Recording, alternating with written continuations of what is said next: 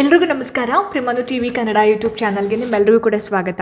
ಸ್ನೇಹಿತರೆ, ಇವತ್ತಿನ ವಿಡಿಯೋದಲ್ಲಿ ಸಮಾಜ ವಿಜ್ಞಾನ ಇತಿಹಾಸಕ್ಕೆ ಸಂಬಂಧಪಟ್ಟ ಹಾಗೆ ಒಂದಷ್ಟು ಪ್ರಶ್ನೋತ್ತರಗಳನ್ನ ತೊಗೊಂಡು ಬಂದಿದ್ದೀನಿ.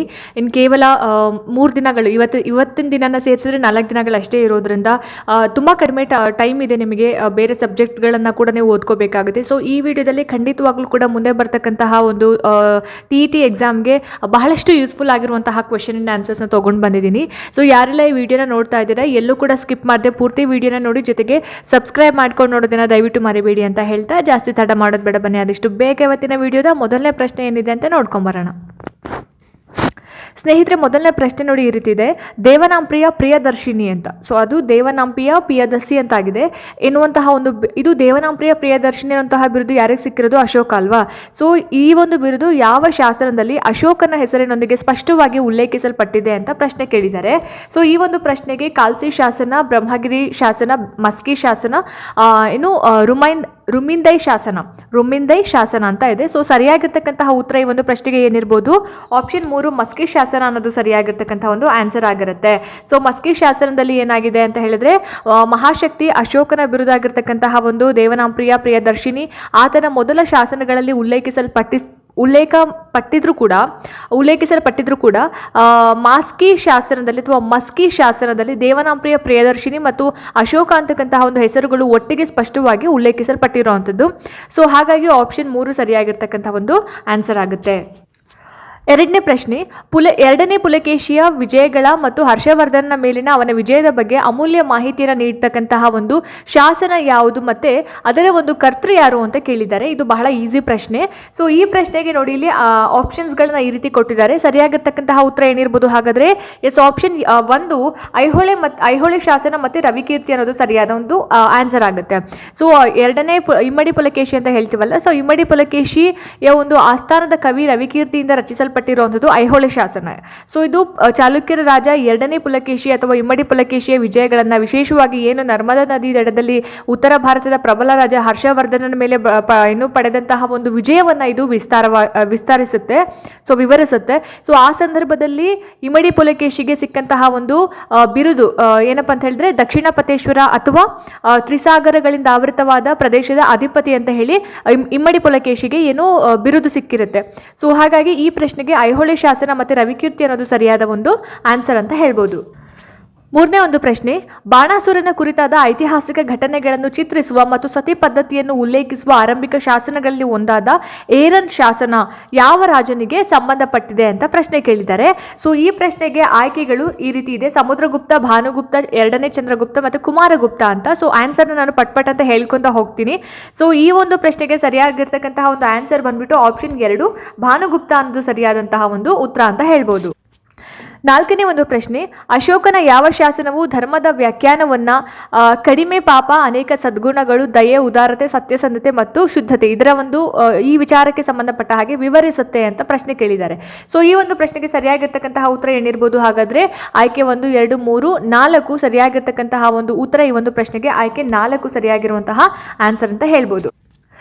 ಮುಂದಿನ ಪ್ರಶ್ನೆ, ಐದನೇ ಪ್ರಶ್ನೆ: ಗುಪ್ತರಾಜ ಸಾಗರಗುಪ್ತ ಹೂಣರ ಮೇಲಿನ ವಿಜಯಗಳನ್ನು ಮತ್ತೆ ಗುಪ್ತ ಸಾಮ್ರಾಜ್ಯದ ಅವನತಿಯ ಕುರಿತು ವಿವರಿಸುವಂತಹ ಒಂದು ಶಾಸನ ಯಾವುದು ಅಂತ ಕೇಳಿದ್ದಾರೆ. ಯಾವ ಶಾಸನದಲ್ಲಿ ಗುಪ್ತರಾಜ ಸಾಗರಗುಪ್ತನ ಹೂಣರ ಮೇಲಿನ ವಿಜಯಗಳನ್ನ ಮತ್ತೆ ಗುಪ್ತ ಸಾಮ್ರಾಜ್ಯದ ಅವನತಿಯ ಬಗ್ಗೆ ವಿವರಿಸುತ್ತೆ ಅಂತ ಹೇಳ್ಬಿಟ್ಟು. ಸೊ ಈ ಪ್ರಶ್ನೆಗೆ ಸರಿಯಾಗಿರ್ತಕ್ಕಂತಹ ಉತ್ತರ ಏನಪ್ಪಾ ಅಂತ ಹೇಳಿದ್ರೆ ಆಪ್ಷನ್ 3 ಭಿತಾರಿ ಸ್ತಂಭ ಶಾಸನ ಅಂತಕ್ಕಂಥದ್ದು ಸರಿಯಾಗಿರ್ತಕ್ಕಂತಹ ಒಂದು ಆನ್ಸರ್ ಅಂತ ಹೇಳ್ಬೋದು. ಮುಂದಿನ ಪ್ರಶ್ನೆ: ಗಂಗ ರಾಜವಂಶದ ಆಡಳಿತ, ದಾನಗಳು ಮತ್ತು ಆರ್ಥಿಕ ರಚನೆಯ ಬಗ್ಗೆ ಮಾಹಿತಿ ನೀಡುವ ತಾಮ್ರ ಶಾಸನಗಳು ಯಾವ ಭಾಷೆಯಲ್ಲಿ ಸಿಕ್ಕಿದೆ ಅಂತ ಪ್ರಶ್ನೆ ಕೇಳಿದ್ದಾರೆ. ಸೊ ಯಾವ ಭಾಷೆಯಲ್ಲಿ ಸಿಕ್ಕಿದೆ ಅಂತ ಹೇಳಿದ್ರೆ ಆಯ್ಕೆಗಳನ್ನ ನೋಡಿ ಈ ರೀತಿ ಕೊಟ್ಟಿದ್ದಾರೆ. ಸರಿಯಾಗಿರುವಂತಹ ಉತ್ತರ ಈ ಒಂದು ಪ್ರಶ್ನೆಗೆ ಸಂಸ್ಕೃತ ಮತ್ತು ಕನ್ನಡ ಭಾಷೆಯಲ್ಲಿ ಏನು ಈ ಒಂದು ಗಂಗ ರಾಜವಂಶದ ಆಡಳಿತ, ದಾನಗಳು ಮತ್ತು ಆರ್ಥಿಕ ರಚನೆಯ ಬಗ್ಗೆ ಮಾಹಿತಿ ಸಿಕ್ಕಿರುವಂಥದ್ದು. ಸೊ ಆಪ್ಷನ್ 4 ಸರಿಯಾಗಿರ್ತಕ್ಕಂತಹ ಒಂದು ಆನ್ಸರ್ ಅಂತ ಹೇಳ್ಬೋದು. ಏಳನೇ ಒಂದು ಪ್ರಶ್ನೆ: ಚೋಳರ ಉತ್ತರ ಮೇರೂರು ಶಾಸನದಲ್ಲಿ ಉಲ್ಲೇಖಿಸಲಾದ ಕಡು ಓಲೈ ಪದ್ಧತಿಯು ಯಾವುದಕ್ಕೆ ಸಂಬಂಧಿಸಿದೆ ಅಂತ ಪ್ರಶ್ನೆ ಕೇಳಿದ್ದಾರೆ. ಸೊ ಈ ಒಂದು ಪ್ರಶ್ನೆಗೆ ಸರಿಯಾಗಿರ್ತಕ್ಕಂತಹ ಉತ್ತರ ನೋಡಿ, ಇಲ್ಲಿ ಸೇನಾ ಪಡೆಗಳ ಸಂಘಟನೆ, ಗ್ರಾಮ ಸಮಿತಿಗಳ ಸದಸ್ಯರ ಚುನಾವಣೆ, ದೇವಾಲಯಗಳಿಗೆ ತೆರಿಗೆ ವಿನಾಯಿತಿ, ನ್ಯಾಯ ವಿತರಣೆಯ ಕಾರ್ಯವಿಧಾನ. ಸೊ ಆಪ್ಷನ್ 2 ಗ್ರಾಮ ಸಮಿತಿಗಳ ಸದಸ್ಯರ ಚುನಾವಣೆ ಅನ್ನೋದು ಆನ್ಸರ್ ಆಗುತ್ತೆ. ಸೊ ಇಲ್ಲಿ ಚೋಳ ರಾಜವಂಶದ ಪ್ರಮುಖ ದಾಖಲೆ ಆಗಿರ್ತಕ್ಕಂತಹ ಈ ಒಂದು ಉತ್ತರ ಮೇರೂರು ಶಾಸನ ಏನಿದೆ, ಚೋಳರ ಅತ್ಯುತ್ತಮ ಗ್ರಾಮ ಸ್ವ ಆಡಳಿತ ವ್ಯವಸ್ಥೆಯನ್ನು ಇದು ಎಕ್ಸ್ಪ್ಲೇನ್ ಮಾಡುತ್ತೆ. ಮತ್ತು ಕುಡ ಓಲೈ ಪದ್ಧತಿ ಏನಿದೆ ಅಲ್ಲ, ಗ್ರಾಮ ಸಮಿತಿಗಳ ಸದಸ್ಯರನ್ನ ಆಯ್ಕೆ ಮಾಡೋದಕ್ಕೆ ಬಳಸ್ತಾ ಇದ್ದಂತಹ ಒಂದು ಲಾಟ್ರಿ ಅಥವಾ ಒಂದು ಏನು ಹೇಳ್ತಾರೆ ಮತದಾನದ ಒಂದು ಸಿಸ್ಟಮ್ ವ್ಯವಸ್ಥೆ ಆಗಿರುತ್ತೆ. ಸೊ ಈ ಒಂದು ಆಡಳಿತದಲ್ಲಿ ಪ್ರಜಾಪ್ರಭುತ್ವದ ಆಯಾಮಗಳನ್ನ ಅವರು ಬಹಳ ಅಚ್ಚುಕಟ್ಟಾಗಿ ತೋರಿಸಿದ್ರು ಅಂತ. ಸೊ ಹಾಗಾಗಿ ಆಪ್ಷನ್ 2 ಈ ಪ್ರಶ್ನೆಗೆ ಸರಿಯಾದ ಒಂದು ಆನ್ಸರ್ ಆಗಿರುತ್ತೆ. 8ನೇ ಒಂದು ಪ್ರಶ್ನೆ, ಪ್ರಾಚೀನ ದಕ್ಷಿಣ ಭಾರತದ ಅತಿ ಪ್ರಮುಖ ಮತ್ತು ವಿಸ್ತಾರವಾದ ಪ್ರಶಸ್ತಿ ಮಾದರಿಯ ಶಾಸನಗಳಲ್ಲಿ ಒಂದಾದ ಗೌತಮಿಪುತ್ರ ಶಾತಕರ್ಣಿಯ ವಿಜಯಗಳನ್ನು ದಾಖಲಿಸತಕ್ಕಂತಹ ಒಂದು ಶಾಸನ ಯಾವುದು ಅಂತ ಪ್ರಶ್ನೆ ಕೇಳಿದ್ದಾರೆ. ಅಂದ್ರೆ ಗೌತಮಿಪುತ್ರ ಶಾತಕರ್ಣಿಯ ವಿಜಯಗಳನ್ನು ದಾಖಲಿಸಿರುವಂತಹ ಅಥವಾ ಸಿಕ್ಕಿರುವಂತಹ ಒಂದು ಶಾಸನ ಯಾವುದು, ಅವನ ಒಂದು ವಿಜಯಗಳು ಸಿಕ್ಕಿರ್ತಕ್ಕಂತಹ ಒಂದು ಶಾಸನ. ಸೊ ಇಲ್ಲಿ ಆಪ್ಷನ್ಸ್ ನಾವು ಈ ರೀತಿಯಾಗಿ ನೋಡಬಹುದು. ಸರಿಯಾಗಿರ್ತಕ್ಕಂತಹ ಉತ್ತರ ಈ ಒಂದು ಪ್ರಶ್ನೆಗೆ ಆಪ್ಷನ್ 1 ನೋಡಿ, ಇಲ್ಲಿ ನಾಸಿಕ ಪ್ರಶಸ್ತಿ ಗೌತಮಿ ಬಾಲಶ್ರೀಯಿಂದ ರಚಿಸಲ್ಪಟ್ಟಿದೆ ಅನ್ನೋದು ಆನ್ಸರ್ ಆಗುತ್ತೆ. ಸೊ ಶಾತವಾಹನರ ರಾಜ ಗೌತಮಿಪುತ್ರ ಶಾತಕರ್ಣಿಯ ಆಡಳಿತ ಮತ್ತು ವಿಜಯಗಳನ್ನ, ಅವನ ಹಿರಿಮೆಯನ್ನ ಅವನ ತಾಯಿ ಗೌತಮಿ ಬಾಲಶ್ರೀ ಏನಿದ್ದಾಳೆ ನಾಸಿಕ ಪ್ರಶಸ್ತಿಯಲ್ಲಿ ದಾಖಲೆ ಮಾಡಿರುವಂಥದ್ದು. ಸೊ ಇದು ಆತ ಶಕರನ್ನ ಮತ್ತೆ ಬೇರೆ ಅರಸರನ್ನ ಸೋಲಿಸಿ ತನ್ನ ಒಂದು ಸಾಮ್ರಾಜ್ಯವನ್ನ ಮತ್ತೆ ಸ್ಥಾಪಿಸಿದಂತಹ ಒಂದು ವಿವರಗಳನ್ನ ಇದು ನೀಡ್ತಾ ಹೋಗುತ್ತೆ. ಹಾಗಾಗಿ ನಾಸಿಕ ಪ್ರಶಸ್ತಿ ಅನ್ನೋದು ಸರಿಯಾಗಿರ್ತಕ್ಕಂಥ ಒಂದು ಆನ್ಸರ್ ಆಗುತ್ತೆ. ಮುಂದಿನ ಪ್ರಶ್ನೆ, ಪ್ರಾಚೀನ ಭಾರತದಲ್ಲಿ ನೀರಾವರಿ ಮತ್ತು ನೀರಿನ ನಿರ್ವಹಣಾ ವಿಧಾನಗಳನ್ನು ವಿವರಿಸುವ ಅತ್ಯಂತ ಪ್ರಮುಖ ಶಾಸನಗಳಲ್ಲಿ ಒಂದಾದ ಸುದರ್ಶನ ಕೆರೆಯ ಇತಿಹಾಸವನ್ನು ದಾಖಲಿಸುವ ಶಾಸನ ಯಾವುದು ಅಂತ ಕೇಳಿದ್ದಾರೆ. ಸೊ ಸುದರ್ಶನ ಕೆರೆಯ ಒಂದು ಇತಿಹಾಸವನ್ನು ದಾಖಲಿಸತಕ್ಕಂತಹ ಶಾಸನ ಅಂತ ಬಂದಾಗ ಅಲಹಾಬಾದ್ ಸ್ತಂಭ ಶಾಸನ, ಮಥುರಾ ಶಾಸನ, ನಾಸಿಕ ಗುಹಾ ಶಾಸನ ಮತ್ತೆ ರುದ್ರದಾಮನ್ 1ನೇ ರುದ್ರದಾಮನ್ರ ಜುನಾಗಢ ಶಾಸನ ಅಂತ ಇದೆ. ಸೊ ಸರಿಯಾಗಿರ್ತಕ್ಕಂತಹ ಒಂದು ಆನ್ಸರ್ ಈ ಪ್ರಶ್ನೆಗೆ ಆಪ್ಷನ್ 4, 1ನೇ ರುದ್ರದಾಮನ್ರ ಜುನಾಗಢ ಶಾಸನ ಅಂತ. ಸೊ ಶಕರ ರಾಜ ರುದ್ರದಾಮನ್ 1ರ ಜುನಾಗಢ ಶಿಲಾಶಾಸನ ಸುದರ್ಶನ ಕೆರೆಯ ಒಂದು ನಿರ್ಮಾಣ ಮತ್ತೆ ಪುನರ್ ನಿರ್ಮಾಣದ ಒಂದು ಸುದೀರ್ಘ ಇತಿಹಾಸವನ್ನ ಇದು ನಮಗೆ ಕೊಡುತ್ತೆ ದಾಖಲೆಗಳ ಮುಖಾಂತರ. ಸೊ ಈ ಒಂದು ಕೆರೆಯನ್ನ ಮೊದಲು ಮೌರ್ಯರ ಕಾಲದಲ್ಲಿ ಚಂದ್ರಗುಪ್ತ ಮೌರ್ಯನ ರಾಜ್ಯಪಾಲನಿಂದ ಇದನ್ನ ನಿರ್ಮಾಣ ಆಗಿರುತ್ತೆ ಈ ಒಂದು ಕೆರೆ. ಸೊ ಆ ನಂತರ ಅನೇಕ ರಾಜರಿಂದ ಪುನರ್ ನಿರ್ಮಿಸಲಾಗಿರುತ್ತೆ. ಸೊ ಇದು ಪ್ರಾಚೀನ ಕಾಲದ ನೀರಾವರಿ ತಂತ್ರಜ್ಞಾನವನ್ನು ನಮಗೆ ತೋರಿಸುತ್ತೆ. ಸೊ ಹಾಗಾಗಿ ಆಪ್ಷನ್ 4 ಸರಿಯಾಗಿರ್ತಕ್ಕಂತಹ ಒಂದು ಆನ್ಸರ್ ಆಗಿರುತ್ತೆ. ಮುಂದಿನ ಪ್ರಶ್ನೆ, ಬಂಗಾಳದ ಸೇನಾ ರಾಜ ಲಕ್ಷ್ಮಣ ಸೇನನ ರಾಜ್ಯಸಭೆಯಲ್ಲಿ ಕವಿ ಜಯದೇವನ ಇರುವಿಕೆಯನ್ನು ದೃಢೀಕರಿಸುವ ಮತ್ತು ಅವನ ಸಾಧನೆಗಳನ್ನು ವಿವರಿಸತಕ್ಕಂತಹ ಒಂದು ಶಾಸನ ಯಾವುದು ಅಂತ ಕೇಳಿದ್ದಾರೆ. ಸೊ ಈ ಒಂದು ಪ್ರಶ್ನೆಗೆ ಆಪ್ಷನ್ಸ್ ನೋಡಿ, ಇಲ್ಲಿ ಈ ರೀತಿ ಕೊಟ್ಟಿದ್ದಾರೆ. ಸರಿಯಾಗಿರ್ತಕ್ಕಂತಹ ಉತ್ತರ ಈ ಒಂದು ಪ್ರಶ್ನೆಗೆ ಆಯ್ಕೆ 3 ಮದೈನಗರ ತಾಮ್ರ ಶಾಸನ ಅನ್ನೋದು ಆನ್ಸರ್ ಆಗುತ್ತೆ. ಸೊ ಲಕ್ಷ್ಮಣ ಸೇನನ ಮದೈನಗರ ತಾಮ್ರ ಶಾಸನ ಏನಿದೆ ಅಲ್ಲ, ಕವಿ ಜಯದೇವ ಬಂದ್ಬಿಟ್ಟು ಯಾವ ಕೃತಿಯನ್ನ ಬರೀತಾನೆ ಅಂದ್ರೆ ಗೀತ ಗೋವಿಂದ ಅಂತಕ್ಕಂತಹ ಒಂದು ಕೃತಿಯನ್ನ ಬರೀತಾನೆ ಜಯದೇವ ಮತ್ತೆ ದೋಯಿ. ಜಯದೇವ ಮತ್ತೆ ದೋಯಿ ಈ ಕವಿಗಳನ್ನ ತನ್ನ ಒಂದು ಆಸ್ಥಾನದ ಆಭರಣಗಳು ಅಂತ ಹೇಳಿ ಉಲ್ಲೇಖ ಮಾಡ್ತಾನೆ. ಸೊ ಯಾರು ಉಲ್ಲೇಖ ಮಾಡುವಂಥದ್ದು ಅಂತ ಹೇಳಿದ್ರೆ ಇನ್ನು ಬಂಗಾಳದ ಸೇನಾ ರಾಜ ಲಕ್ಷ್ಮಣ ಸೇನ, ಆಯ್ತಾ. ಸೊ ಹಾಗಾಗಿ ಇದು ಸೇನಾ ಆಡಳಿತ ಮತ್ತು ಸಾಹಿತ್ಯದ ಒಂದು ಪೋಷಣೆಯ ಬಗ್ಗೆ ನಮಗೆ ಮಾಹಿತಿ ನೀಡುತ್ತೆ. ಸೊ ಈ ಒಂದು ಪ್ರಶ್ನೆಯಲ್ಲಿ ಮದೈನಗರ ತಾಮ್ರಶಾಸನ ಈ ಎಲ್ಲ ಒಂದು ದಾಖಲೆಗಳನ್ನ ನಮಗೆ ಕೊಡುವಂಥದ್ದು. ಸೊ ಆಪ್ಷನ್ 3 ಸರಿಯಾಗಿರ್ತಕ್ಕಂತಹ ಒಂದು ಉತ್ತರ ಅಂತ ಹೇಳ್ಬೋದು. ಮುಂದಿನ ಪ್ರಶ್ನೆ, ಗಂಗರ ವಾಸ್ತುಶಿಲ್ಪ ಮತ್ತು ಕಲಾತ್ಮಕ ಚಟುವಟಿಕೆಗಳಿಗೆ ಸಂಬಂಧಿಸಿದ ಪ್ರಮುಖ ಮಾಹಿತಿ ನೀಡುವ ಶಾಸನ ಮತ್ತು ಅದು ಯಾವ ದೇವಾಲಯದ ನಿರ್ಮಾಣಕ್ಕೆ ಸಂಬಂಧಿಸಿದೆ ಅಂತ ಕೇಳಿದ್ದಾರೆ.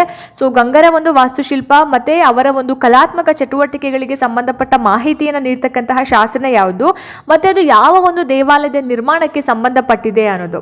ಸೊ ಇಲ್ಲಿ ನೋಡಿ, ಇಲ್ಲಿ ಆಯ್ಕೆಗಳು ಈ ರೀತಿ ಕೊಟ್ಟಿದ್ದಾರೆ. ಸರಿಯಾಗಿರ್ತಕ್ಕಂತಹ ಒಂದು ಉತ್ತರ ಈ ಒಂದು ಪ್ರಶ್ನೆಗೆ ಆಪ್ಷನ್ 1 ಕುದಾಲಿಂಗು ಶಾಸನ ಗೋಕರ್ಣೇಶ್ವರ ದೇವಾಲಯ. ಸೊ ಕುದಾಲಿಂಗು ಶಾಸನ ಇದು ಗಂಗರ ಕಾಲಕ್ಕೆ ಸೇರಿರುತ್ತೆ.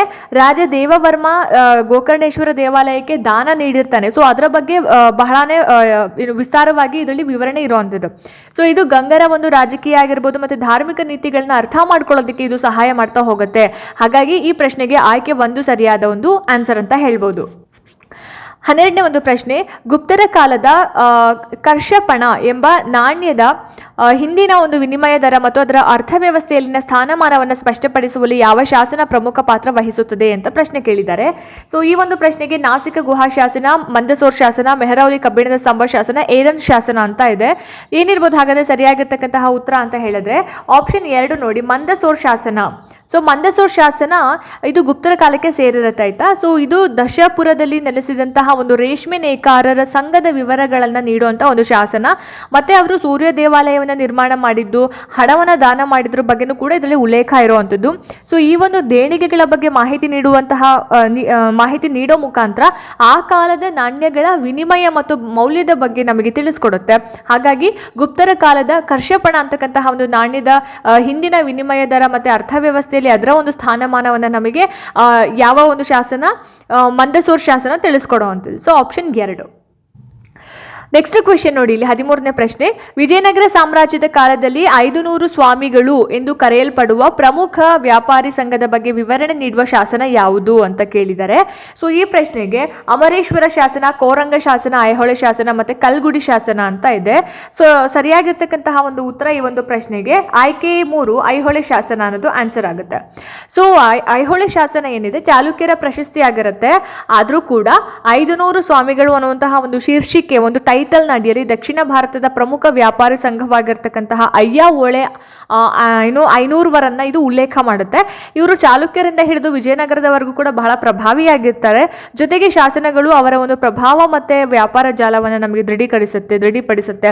ಸೊ ಇಲ್ಲಿ ಐಹೊಳೆ ಶಾಸನ ಅನ್ನೋದು ಸರಿಯಾದಂತಹ ಒಂದು ಆನ್ಸರ್ ಆಗಿರುತ್ತೆ. Next question.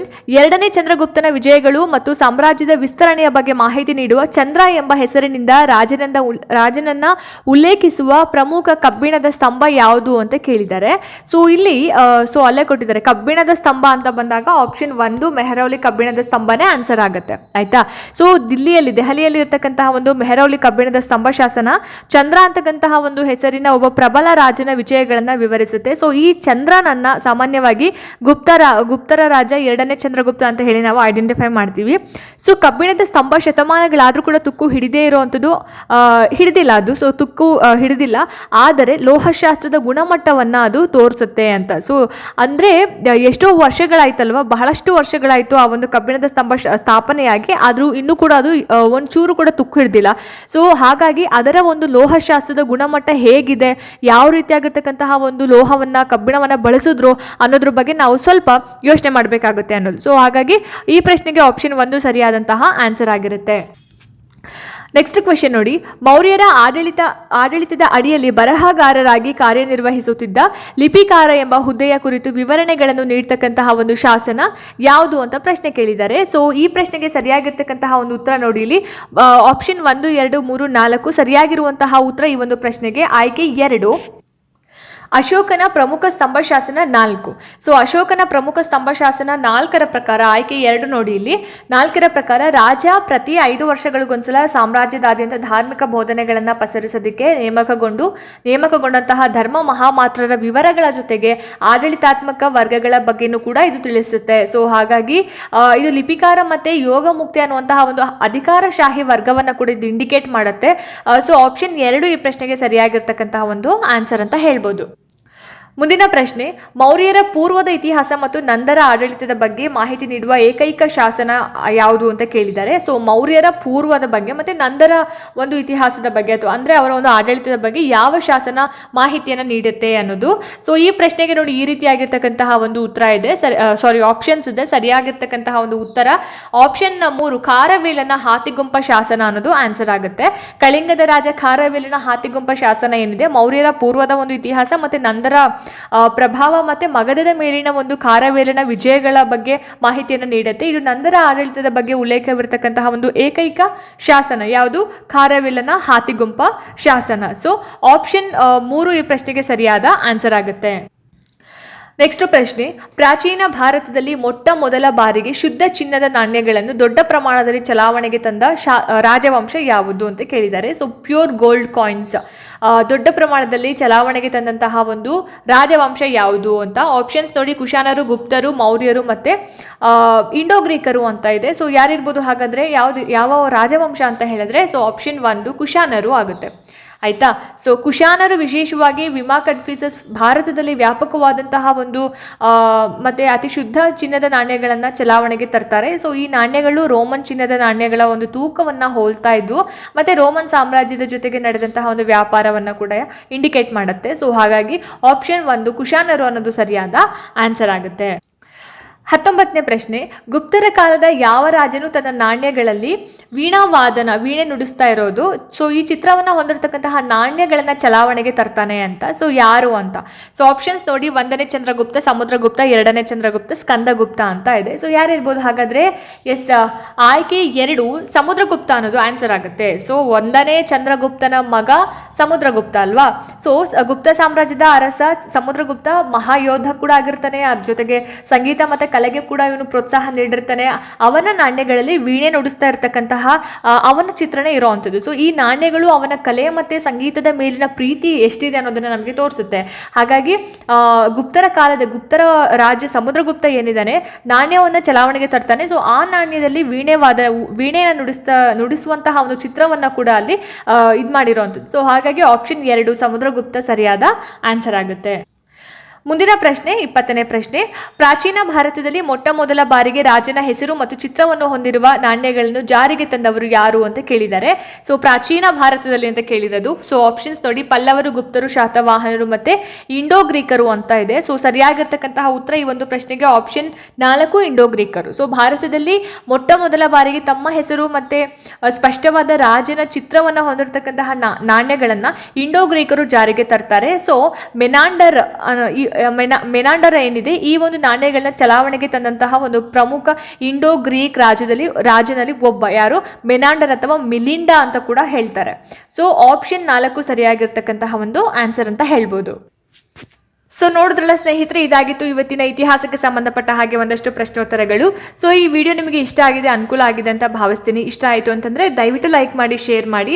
ಹಾಗೆ ನಿಮ್ಮ ಅನಿಸಿಕೆ ಅಭಿಪ್ರಾಯಗಳು ಏನೇ ಇದ್ರೂ ಕೂಡ ನನಗೆ ಕಾಮೆಂಟ್ ಸೆಕ್ಷನಲ್ಲಿ ತಿಳಿಸಿ ಅಂತ ಹೇಳ್ತಾ, ಇದೇ ರೀತಿ ಹೆಚ್ಚಿನ ವೀಡಿಯೋಸ್ಗಳಿಗೋಸ್ಕರ ನಿರಂತರವಾಗಿ ನನ್ನ ಚಾನಲನ್ನು ನೋಡ್ತಾ ಇರಿ. ಮುಂದಿನ ವೀಡಿಯೋಸ್ಗಳಲ್ಲಿ ನಾನು ನಿಮಗೆ ಸಿಗ್ತೀನಿ. ಅಲ್ಲಿ ತನಕ ಎಲ್ರಿಗೂ ನಮಸ್ಕಾರ.